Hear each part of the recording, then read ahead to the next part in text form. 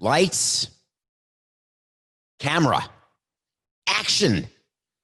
Nothing personal word of the day is action. The NCAA is the National Collegiate Athletic Association, but for today only on Nothing Personal, we are going to call it the National Collegiate Action Association. I don't know why it's not NCSAA, the National Collegiate Student Athletic Association. We should actually change that, Coca. Let's send a letter to the NCAA and say that they should be called the NCSAA. But for today, it's action because there's so much action going on with NCAA. We're leading off Nothing Personal on August 5th, 190th episode, straight episode, not counting bonuses or Samson sit-downs. Wow. Okay, I want to break down what's happening. And we're going to go through it slowly because I want everyone to understand that the NCAA has some significant issues. We've outlined the issues they're having, that if college fall sports are canceled, there is a huge monetary problem for all of these schools. We know players are frustrated. We know players want to get paid. We know players want to be safe. We know players who have the ability to turn pro are opting out more and more now out of college football.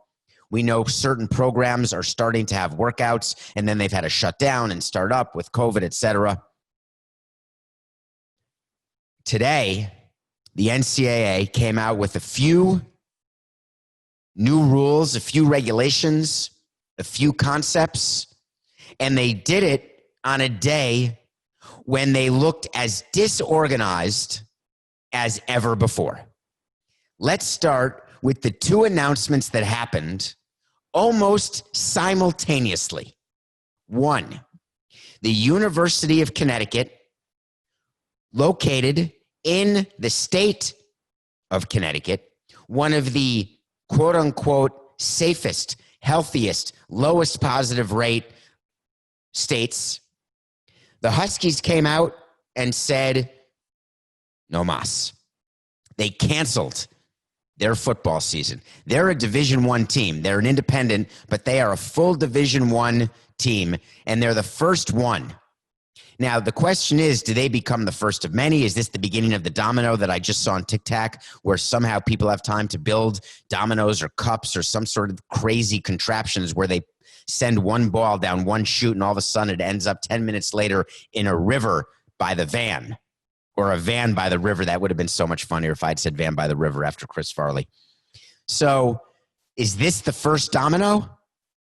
Well, right after UCONN said we're done, the Big Ten said, well, we'll see you're done and we'll raise you our entire schedule. They unveiled their full Big Ten schedule. And if that's not a perfect indicator of the insanity that is the NCSAA, then I don't know what is. So UConn cancels. Big Ten becomes final. NCAA meets today. I just call them NCAA. Old habits die hard. They meet and they say, all right, we need to figure out a couple of issues here. We've got the Pac-26 with players saying that they're not going to play unless all sports are funded and athletes are paid. They had all those demands that we've covered on Nothing Personal. We've got schools like Stanford canceling sports, eliminating sports. We've got schools with tremendous debt. We've got schools who are losing revenue and having to make very tough choices, potentially implicating the safety of their players and coaches, which we're going to talk about later in this show. What happened in Colorado State with Coach Steve Addazio, we're going to get to it later in the show. It's an outrage, a pathetic outrage. So the NCAA is trying to act as an organization. And so they came out with three very interesting rules. First, they are saying that all student athletes must now have the right to opt out, citing COVID concerns.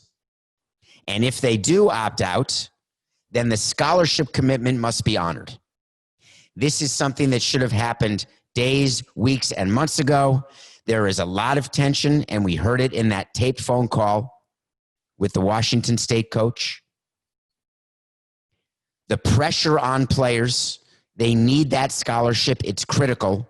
They cannot, no school can ever sustain a PR hit that a player wanted to opt out because of safety, got pressured into not, and then gets COVID, or someone in his family gets COVID and then gets sick. Can happen. You cannot have a situation where a student athlete is pressured into playing when he doesn't want to for the sole reason that if not, he'll lose his scholarship and will not be able to attend classes, because then you have sent out the complete wrong message. So finally, the NCAA said, okay, you can opt out and you'll keep your scholarship. Next, the NCAA decided to direct any school in Division 1, 2, or 3. You must have rules that will say that every one of those schools will cover COVID-19 related health costs relating to infections that local health officials believe were the result of student athlete sports participation. I want to break this down. It is the most insane thing I've ever read. So hear it again. Hear me now and see me later. A player gets COVID. Somehow, it's beyond comprehension to me, actually. In MLB, the Marlins and the Cardinals kept getting COVID, and MLB wanted to say it happened at the strip club, it happened at the casino, it happened getting milk, it happened getting coffee, it happened at a player's house, it happened in the lobby, it happened with no social distancing. Who's patient zero? Where is the outbreak monkey? Dustin Hoffman's looking for him. You can't prove where someone got COVID. It's impossible. But the NCAA is now saying that if a local health official, let's just pretend that someone tests positive in Oklahoma. Let's just pretend. I hope they don't, but say they do.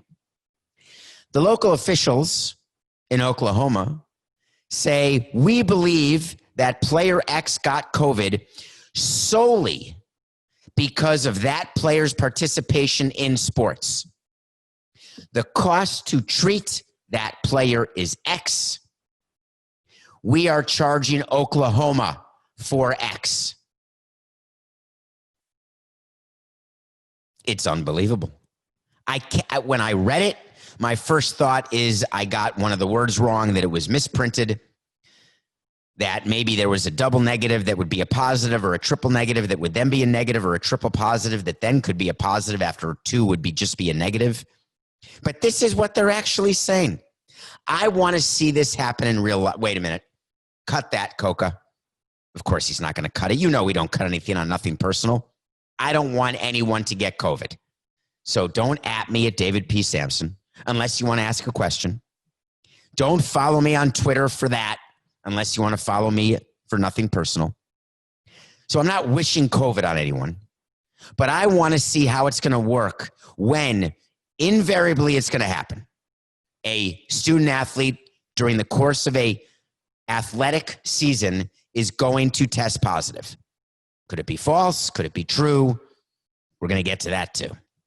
But let's pretend they test positive. I want to see how it's going to work. But they weren't done. The NCAA, in a final bit of hilarity, said they're establishing, wait for it, countdown from 3. 3, 2, 1. It's a snitch line. Pan down. Pan down. We've got a snitch line. My microphone just broke, Coca. Are you telling me that the NCAA is establishing a phone number and an email, in case you don't have a phone, I think it's NCSAA at snitch.edu / I think I saw something.org /com JDHPUFUF. That's the email. Athletes, parents, or anybody can report alleged failures of following COVID protocols. The Athletic is reporting this. It can't be. So the NCAA will take the information off the line. Where's Hassel? Chris Hassel of CBS did a very funny video on what the NBA snitch line is like. It turned out to be wrong because no one calls the damn thing. But maybe he can do part 2 on the NCAA snitch line. I'm at a frat party, John, and I see right now 3 players, and I just measured them. Don't ask me how, but I know how to measure men. And it looks like they're approximately 11 inches apart. Well, the NCAA will then call the school, and the school will have to take immediate action, which means I guess they have to go to the frat party, break it up, send the kids home. God, it feels like a movie like Animal House. Wait a minute, we have another call to the snitch line. That coach has his mask under his nose or doesn't have a mask on at all. And by the way, I just saw a football player tackle another player that wasn't 6 feet, and then he spit and touched his face. I'm snitching. Can you imagine? The NCAA is trying. I give them credit. I don't think snitch lines work. I do not believe that there will ever be proof that someone got COVID solely because of participating in sports. And we will see how many more players opt out. The NCAA is starting to act. But meanwhile, conferences are still doing things on their own, whether it's the Big Ten releasing the schedule or even the Pac-12, which I want to talk about because they did something fascinating in business. But I want to start with the Big Ten. So the Big Ten, as you know, is my favorite conference because I'm a Badger. I am an unapologetic Badger. Well, today on the Players Tribune, the site operated, owned, but for sale, I think, by Mr. Jeter, has just released hashtag Big Ten United.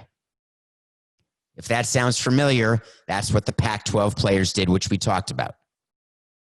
The Big Ten has released a letter to the NCAA and the Big Ten Conference where the players are on record on behalf of over 1,000 Big Ten players, 23 different sports. They want to empower athletes to use their platforms for change. And they're doing this, and they were ready for it. They didn't write this just after the Big Ten released its schedule. The Big Ten had to have known this was happening, because if not, they're moronic. They release their schedule, and the players come out and say, we understand and appreciate that you released your plan, but we believe, the players say, that your proposal falls short. These are players taking a stand. These are players taking control of their health, their safety, their ability to make money, and their platform to try to effectuate change. Change that college athletes and pro athletes have tried for decades, scores of years, and sadly have not been successful. This could be the moment. The players in the Big Ten said they're deeply disappointed by the lack of leadership by the NCAA. We knew that. They are calling on the NCAA to devise a comprehensive plan to ensure the safety of the players. But I would tell the Big Ten leaders of Big Ten United, you know the NCAA isn't going to do that. They're claiming they have good faith dialogue, but they have a proposal. They want third-party approved by players testing. They want penalties for noncompliance. They want mandatory reporting of any violations. They want an adherence to the WHO and CDC guideline for sporting events in compliance with all federal, state, and local regulations. They want minimum cleaning and sanitation protocols, plus temperature checks for anyone entering the facility. Here's a hint to the Big Ten United people, and I mean this with love. Temperature checks don't do crap. It means nothing, but it's a bullet point. They want in-season testing 3 days a week. They want immediate quarantine for any positive tests. They want whistleblower protections for all personnel. They will not sign, and they want banned all COVID-19 liability waivers. We've talked about these waivers. The PAC-28 said that they want representation to figure out these legal documents because they are legal. For whatever reason, and this is where I get bothered, part of their Big Ten United proposal, and you know what? I'm going to be critical, and you're going to be upset with me, but I'm going to be okay with that.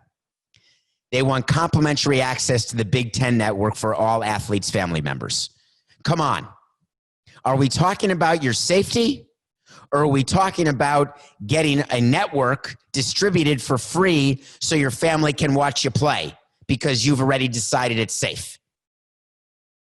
When you are making demands of a conference and you are being as serious as you can be, don't do what the PAC-68 did. Don't let your message get completely obliterated by ancillary demands that are so unrealistic and unreasonable that someone like me will use his platform with these loyal listeners watching and listening. You lose credibility. I'm frustrated by that.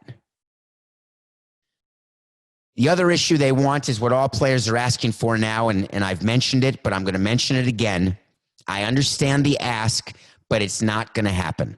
They want coverage for all out-of-pocket medical expenses related to COVID-19, both short-term and long-term, incurred by active college athletes. That is called an unlimited liability. There is no company, there is no university, there is no employer, there is nobody who will grant you any sort of provision. And if you get to me at David P. Samson, if you have it, but unlimited future liability, short-term and long-term, covering your out-of-pocket medical expenses. It's just not going to happen. I was hoping what the Big Ten was going to do is that they were going to find a way to work with their players, given what happened in the PAC-74, that they would find a way when they release the schedule to acknowledge the fact that Rashad Bateman had already opted out, that Micah Parsons of Penn State had already opted out, two of the best players in the country. Acknowledge that some of their players were opting out, acknowledge they wanted to go forward and play, acknowledge that the players have certain demands and wishes for protocols and safety, and done a united, and I use that word purposefully, a united release of a schedule and of protocols and procedures that have been agreed upon with a representative group of players, the Big Ten and the NCAA. Sadly, it did not happen. Now, the PAC-112 did something that they announced today. The NCAA didn't do this. The Big Ten did not. But you're going to see this. What's the first thing you all read about when MLB stopped their spring training, when there's a work stoppage? One of the things you read in the business page is that the leagues had increased the debt capacity for its member teams. That debt, sort of like a PPP loan, except those loans were used to keep people employed. Increasing a team's debt capacity does not come with strings attached. You don't necessarily have to use it for payroll. You don't have to use it for your employees. You can use it for any reason, if it's better terms, meaning a lower interest rate than some of your existing debt, you can borrow from this increased league facility and pay off some other team debt. Picture when you move your debt from one credit card to another, one of them you pay 18%, one you move 10%. So you get rid of the 18% debt and you pay that off and you borrow money from the 10%. That's just math. But at the end of the day, this is not forgivable money. You've got to pay that back. So when you transfer your credit card debt, that's not as though the debt's done. The only way to get rid of your credit card debt, by the way, is to declare bankruptcy. And if you declare bankruptcy, it will impact your credit, your ability to ever buy a home, your ability to have any sort of financial flexibility. It certainly takes away current debt, but it is a painful process. But when teams borrow money with increased capacity from league-wide facilities, that money gets paid back eventually. Well, the Pac-275 as a conference, they are planning a loan program for their schools that will be like an escape hatch. It will be a lifeline for schools that have already acknowledged the fiscal damage, current status, and future uncertainty that all of them are feeling. The push and pull between the academic side of their school and the athletic side of their school. There will be $83 million available to each university. The rate will only be 3 points, 375, meaning 375 is the interest rate. It's a 10-year loan. Every university will take it because those are good terms. But it doesn't cure your financial situation. So Oregon State, they rely on football for 80% of their annual sports revenue, about $80 million. Colorado, as an example, took in $20 million alone from ticket sales. That number is going to disappear. Utah football generated $86 million last year. Washington State, I want to point out, already has debt of about $100 million.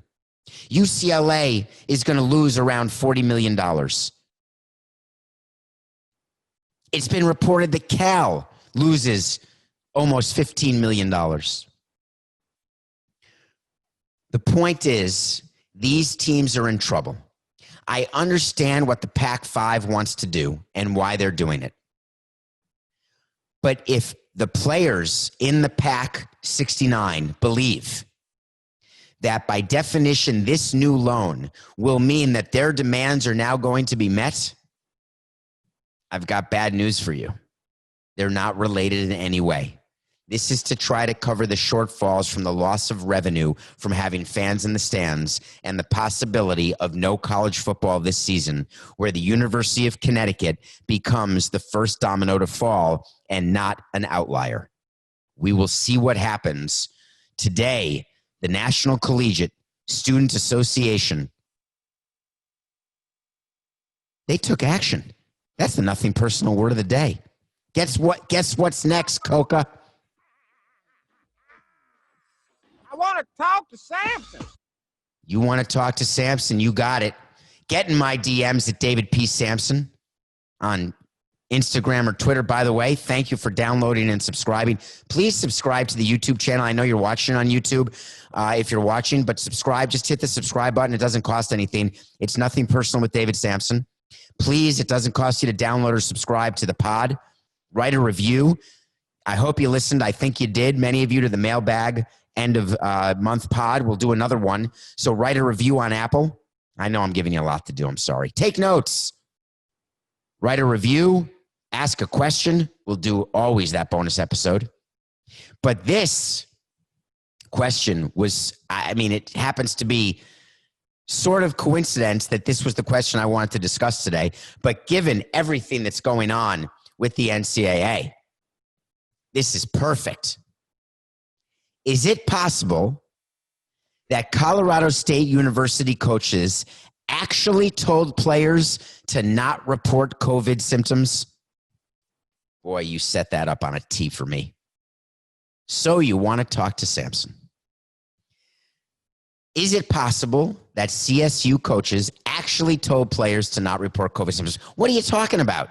Well, let's share. A story came out yesterday, and people were on it. Apparently, Coach Steve Adazio and other coordinators have been pressuring the student athletes at CSU to not report their COVID symptoms,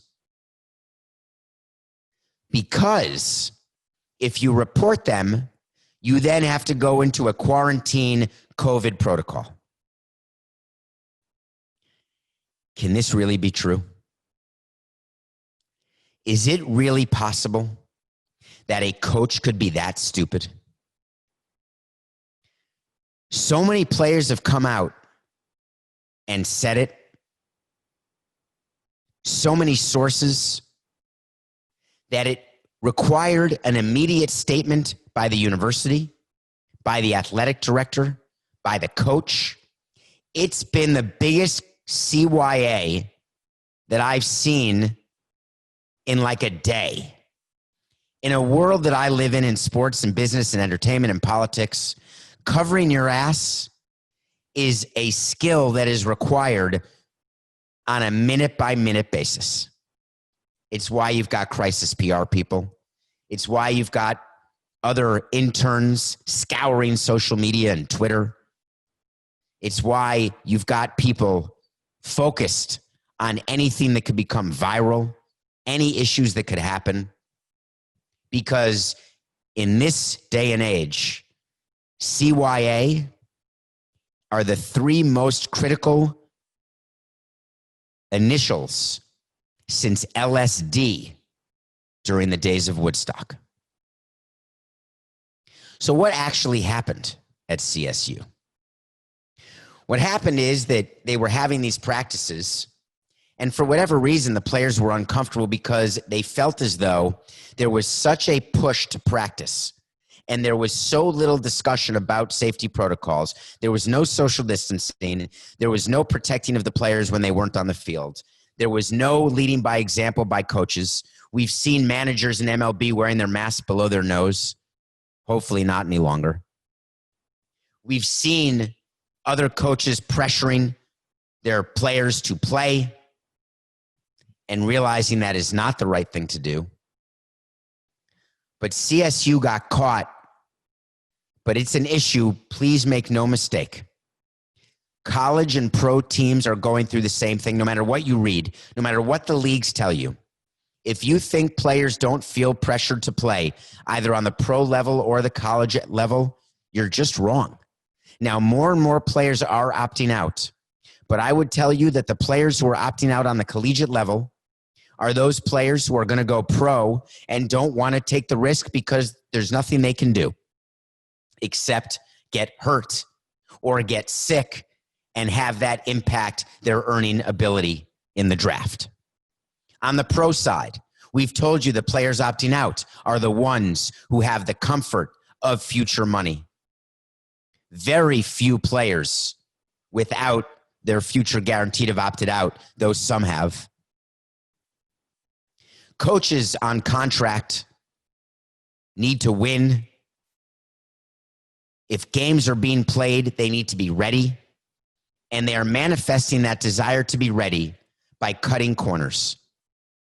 And what was reported in CSU is that the corners were cut so far that even players who often are looking out to play because that's what they love and that's what they need to do, that even players said it's enough. It's not safe. They're seeing the rate of infection. They're seeing what can happen. Maybe you will be fine and be asymptomatic, but maybe you won't. How many Eduardo Rodriguez's will it take? Eduardo Rodriguez is the pitcher for the Red Sox who had COVID. He's now out for the season because of myocarditis. We've talked about it. I don't remember whether it was on Nothing Personal or HQ. Enlargement of the heart muscle. You don't know what the future and long-term impact is, which is why teams will not agree to cover the out-of-pocket medical expenses. We don't know. How many times are we going to have to tell people in this country, you don't want to wear a mask? You are putting yourself in a position to hurt yourself and others. You want to ignore COVID? You want to pretend it doesn't exist? Do it at your own peril, but you are endangering others. You want to endanger yourself? Do it. Believe me, I am not the guy ever who says, I want to mandate your behavior. I'm not the guy who says you have to believe what I believe, do what I do, think what I think, be who I am. I want you to be you.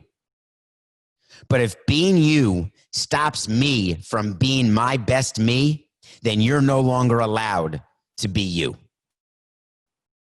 If I want to play football and I've decided that I'm willing to take the chance because that is what I love and I've got 1 year left and I'm not going to be pro, or I've got 2 years left and I think I can be pro, I've got 4 years left and I may be pro, but I don't think I can be pro, but I want to be pro, but at least I can be on a team now. So for the rest of my career, I can say that I was a college football player and I can have that on the resume, maybe get a ring, wear the ring to a meeting, maybe be like Philip Seymour Hoffman in Along Came Polly. Hey, weren't you that guy on that movie a long time ago?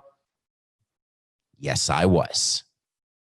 But if you being you means that you are going to be recklessly indifferent, then I'm changing the rules. And I don't need a snitch line. I don't need an additional line of credit. I don't need a guarantee about out-of-pocket medical expenses, because I'm going to confront you. And I'm going to ask you, put your mask on over your nose. I'm going to ask you to not pressure my teammate who's coughing all over me. This happened at CSU. A teammate was coughing all over another teammate. Totally symptomatic of what? I don't know. I was laughing with someone the other day. I had a cough, and instead of coughing, I farted because I was so embarrassed to cough. It used to be the other way around, right? Like you would cough or make noises to cover up the fact that you were farting. Now that's totally accepted. Coughing means you have to like run out of the room, even if you're not positive, even if you're in a mask. And I feel like I'm coughing into my mask, but I don't want to cough in my mask because I'm getting my own germs, but I can't take my mask off. The elbow's not enough. What do you do? So I just clench and squeeze and do the best I can. So a player is coughing. The coach notices, doesn't do a thing. Meanwhile, the player, all of a sudden, no word at all, isn't at practice the next day. Let me think about that. It seems a little late.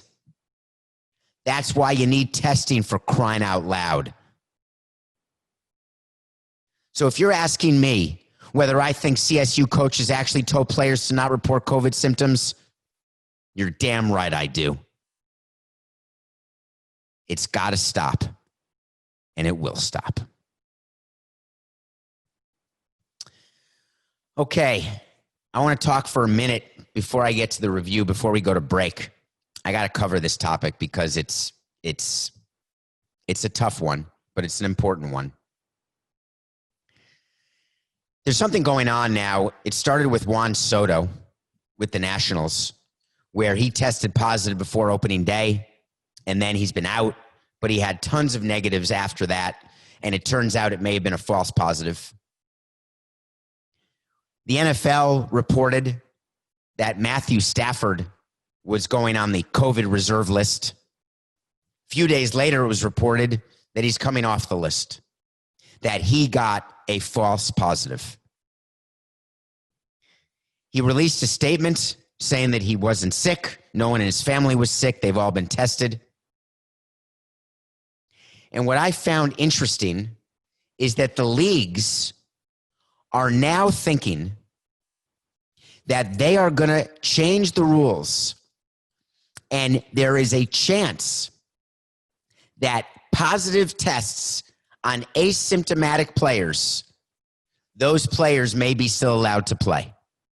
That is dangerous on so many levels. By the way, we all know this. This is a no-win situation for anybody because you only know a false positive is false after you've had 6 negatives. But if you're with me and you're taking your SAT logic exam, you would say to yourself, why does 6 negatives make the first positive false? Couldn't you be positive and then be at the end of your infection and then be negative and then negative and negative and negative? That doesn't mean that you never had it. It means that you don't have it any longer. This virus is so new that nobody knows. Rules are being made on the fly. They're being changed on the fly. Schedules are being made on the fly and changed on the fly. Why does football, why do baseball, why do they want to deal with false positives this way? Come on, nothing personal, fans. What's the reason? Of course it's money. They can't afford to stop games. They can't afford to not play. Having these players sit out, imagine if Matthew Stafford, this happened during the season.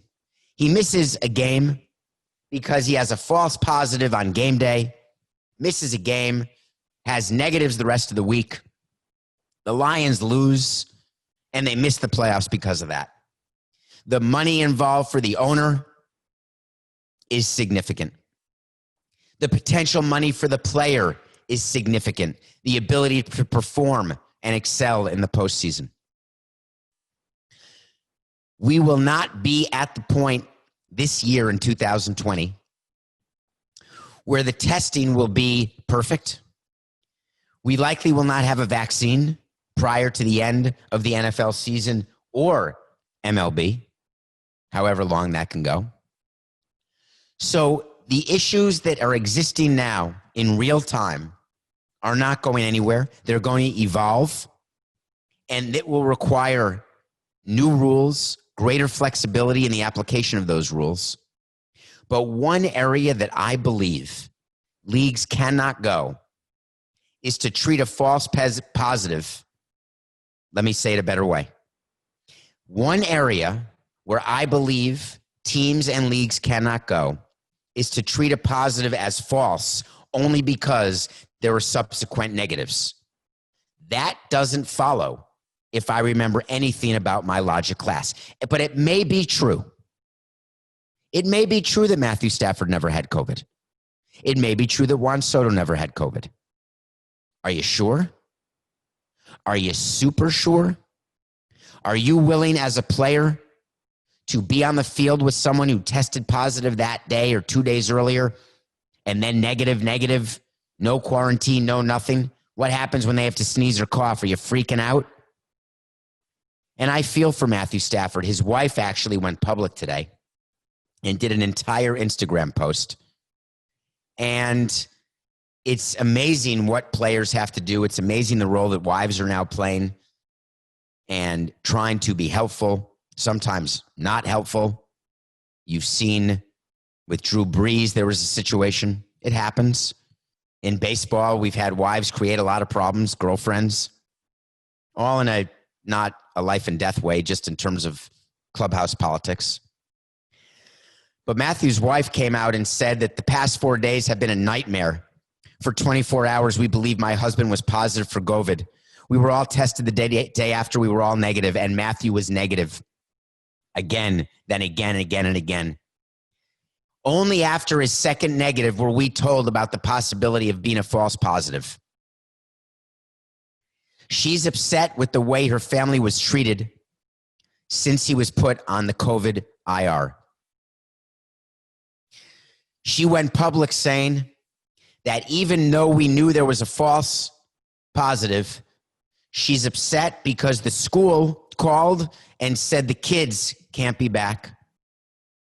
She was approached in the grocery store saying that she was endangering others. Her kids were harassed and thrown off the playground. She was told to wait in her car. By the way, amazing how many people knew who she was. Told to wait in her car when getting food. She's very clear not to blame the people who took this action. She's blaming the NFL. She is saying that the NFL could have stopped this. Let's be clear about something. I understand why she's frustrated.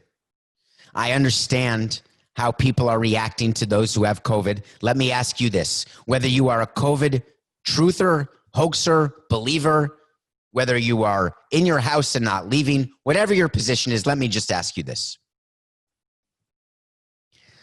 If you know that someone is positive, do you care whether it was a false positive or a true positive?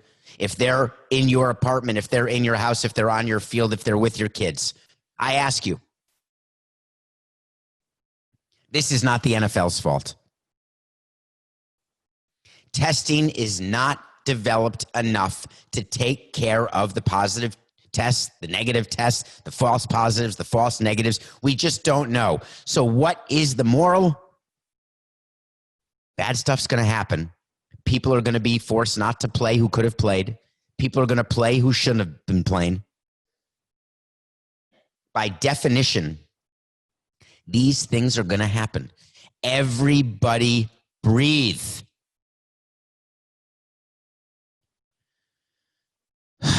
When we come back, I got one more Bobby Dylan for you. Welcome back. I wanted to get to this review today because I watched a 2.5 hour back-to-back. We reviewed the Bob Dylan No Direction Home yesterday, 3.5 hours. Today, I watched the 2.5 hour Bob Dylan story called Rolling Thunder Revue. Bob Dylan in the 70s did this unbelievable tour that I could only dream of having been a part of. He had all these amazing musicians, including Joan Baez, etc., and they literally went from venue to venue like a traveling circus, and it was filmed, and Martin Scorsese directed this documentary about that tour. Bob Dylan, it was released, I think, in 2019. Bob Dylan's interviewed. While the tour was not well received, the Rolling Thunder Revue, while Bob Dylan himself characterized it as something that he doesn't remember at all, which, in my opinion, has nothing to do with how it was received, the movie itself is fascinating. When you can go behind the scenes of a tour like this with footage from the 70s, seeing Bob Dylan, seeing what it was like, listening to the music, listening to his young voice, listening to him as he figures out how this traveling roadshow will happen, how it happens. Bob Dylan himself is driving a tour bus. Listen, either you love Bob Dylan or you don't. That's fine. But if you have a chance to watch these, and I know I've asked you to give 6 hours of your life now to Bob Dylan, and that's without listening to any of his songs or listening to the soundtrack to Love the Coopers, which has 2 Bob Dylan songs. Can you imagine me telling you that you should know Bob Dylan because he's in the Love the Coopers soundtrack? Bob Dylan is rolling over in his home right now. Give me the 6 hours. Rolling Thunder Revue. Don't be frustrated. And if you are older and we're down on the Rolling Thunder Revue tour, you're still going to love the documentary. Bob Dylan, like a rolling stone. Okay, I want to get to the nothing personal pick of the day because I want to compliment the Miami Marlins. For some reason, because I worked there for 18 years, 16 with the Marlins, 2 with the Expos, there are people who think that I'm bitter toward the Marlins and toward Derek Jeter. I'm not at all. Literally, not in any way. I want the Marlins to be successful. There's still 2 or 3 people there from when I was there. One of them is the president of baseball operations. His name is Mike Hill. Mike Hill has had to do something that is almost impossible to do, rebuild an entire roster on the fly, 18 new players. I didn't think they had a chance, but they did. My pick of the day yesterday was the Marlins losing to the Orioles. How could I pick the Orioles? Where were you, Coca? I can't pick the Orioles. I'm 3-4. I'm getting back to 500 today. The Mets are playing. They're playing without Robinson Cano. He's hurt. They're playing without Orlando Cespedes. He's gone. They're playing without Noah Syndergaard. He's hurt. They're playing without Marcus Stroman. He's hurt. They're playing with Pete Alonso. He can't hit. They've got Rick Porcello going. And I must say it's Yoenis Cespedes. I don't know why I said Orlando Cespedes. Thank you, Coca. Yoenis Cespedes. They're going with Rick Porcello tonight. Remember the old Cy Young Award winner? Well, right now, he can't get anyone out. And he is going against Max Scherzer. Let me get back to 500. The nothing personal pick of the day is the Nationals with Scherzer over Rick Porcello and the Mets. When I think about what the Mets tried to do, they pieced together the back end of the rotation. They traded for Marcus Stroman. They let Jason Vargas go. Stroman got hurt. They thought with Steven Matz in it, they could combine him with Michael Wacha and Rick Porcello, back up the greatest pitcher, one of the top 3 in baseball with Jacob deGrom, and have themselves a team. Well, guess what? Sorry, Mets. That may have been good business. Or maybe it was bad business. But from my standpoint, it's definitely nothing personal.